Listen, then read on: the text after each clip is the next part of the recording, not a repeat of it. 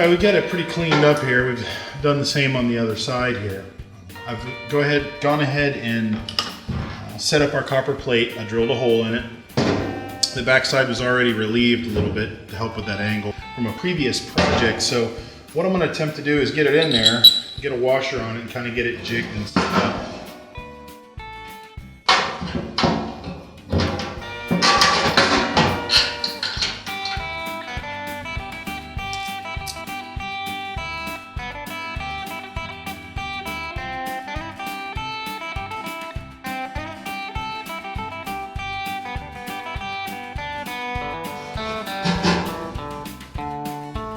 Alright, that looks pretty good.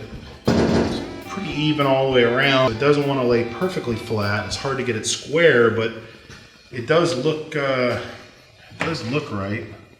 Throw a square on it real quick.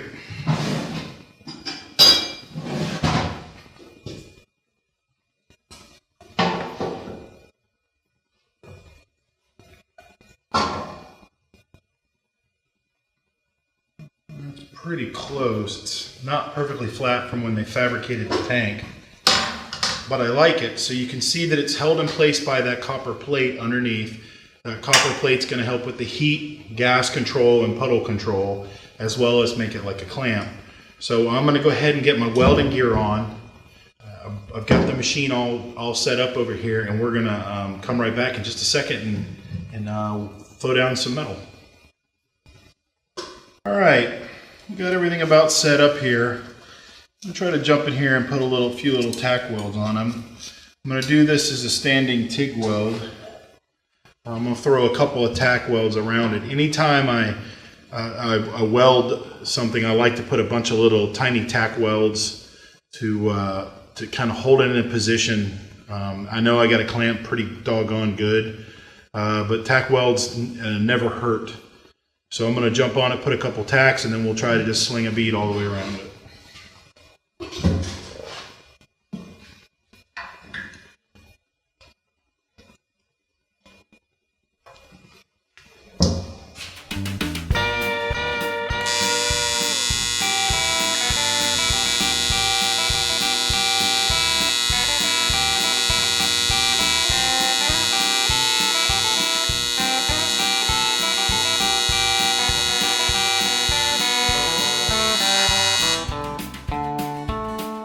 I know you can't smell this, but it is still quite stinky, even though it's cleaned up.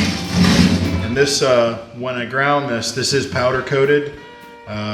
It's kind of ugly stuff, and we did a lot of brushing and a lot of grinding, and it's still a little bit on the stinky side, but it is making a pretty nice weld. I do have the foot pedal pretty much full throttle at 120 amps. That big copper bar in there is just sucking the heat, so it's doing exactly what we wanted to do, but it does take a little more heat input, especially in the beginning, to get it to even out.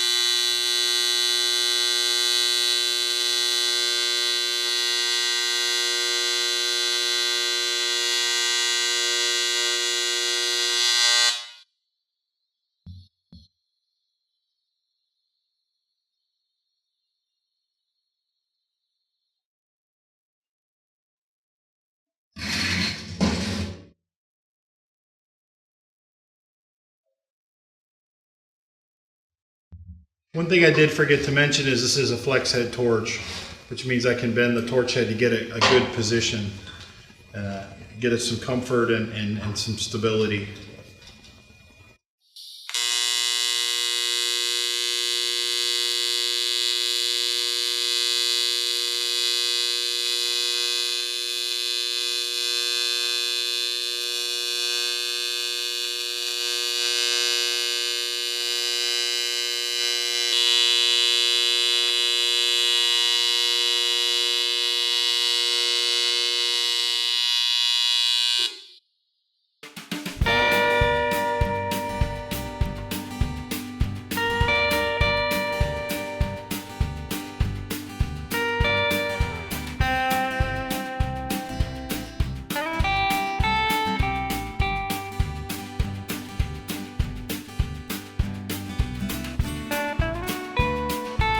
that's not going anywhere.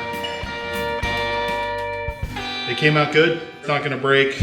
Before that weld breaks, the metal around it will fail. That'll be the failure point. All right, while we're waiting on that copper bar to cool down, because it's really hot, I want to talk to you a minute about aluminum.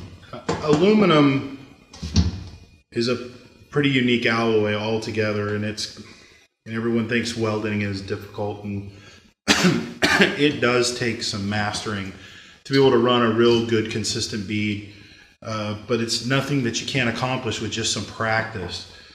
My little tidbit for today of knowledge that I'm going to pass along that I learned is the stainless steel wire brush. Now, I know everybody's got an opinion, and there's a saying about opinions and butts that everybody's got one. So this is my opinion, and it comes with a lot of backing of some people who really, really know what they're talking about in the industry. Always use a stainless steel wire brush to clean your welds prior to welding. And why a stainless steel wire brush? Well, stainless steel bristles don't rust. A standard wire brush, the bristles will rust. Even though it may not look rusty, there's an oxide on there.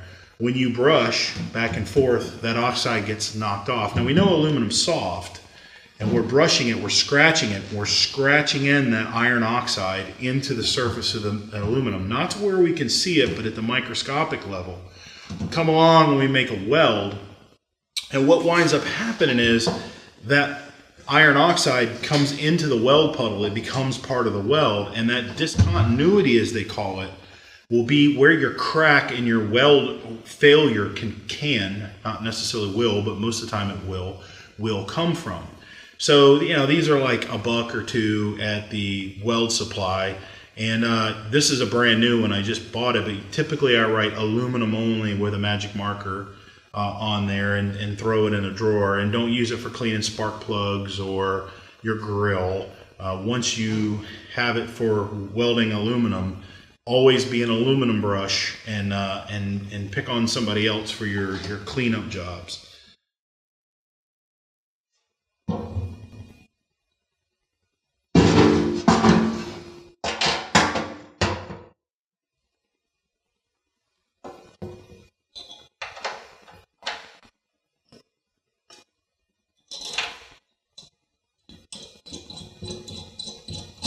It's just a 1/4 20 bolt we got here. Nothing fancy.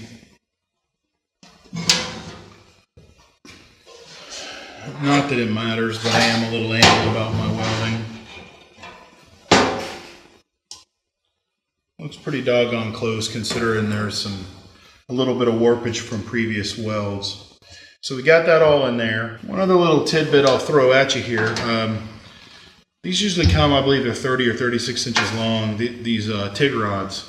When you're doing little jobs where you're uptight, I take a pair of wire cutters and cut them in half, make them nice and short. Now, I get it, it does make a little more to waste because you wind up with a small piece that's too close to hold to the weld puddle. But let's be honest, when you're trying to do a nice job for a customer or a nice job for something for yourself, is it really worth wasting a rod that costs 10 or 12 cents to try to have this big long rod that's whipping out in the shop and you're trying to hold it nice and steady? Is it really worth it? To me, it's not.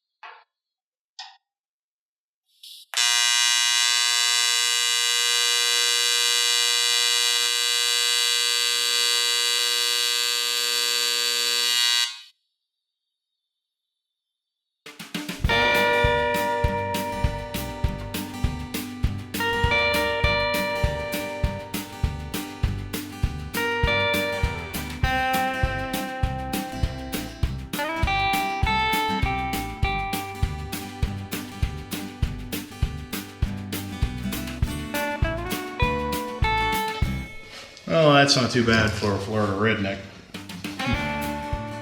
Actually, he's a Louisiana redneck. Well, I think that does this job. It's definitely not going anywhere. That's so long for now.